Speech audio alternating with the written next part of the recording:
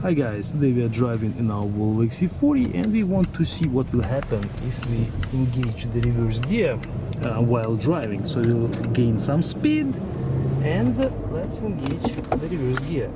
And actually nothing happens, guys. We are still in drive. We'll try it a few times. The vehicle basically does not react to us trying to engage the reverse gear. And again, this is a safety feature that will prevent you from damaging your vehicle. So this is great. This way you will know what will happen if you try it yourself. And to quickly show you guys that our reverse gear actually works, we'll do it again while we are parked. So push it twice and the reverse gear is engaged and the backup camera is working.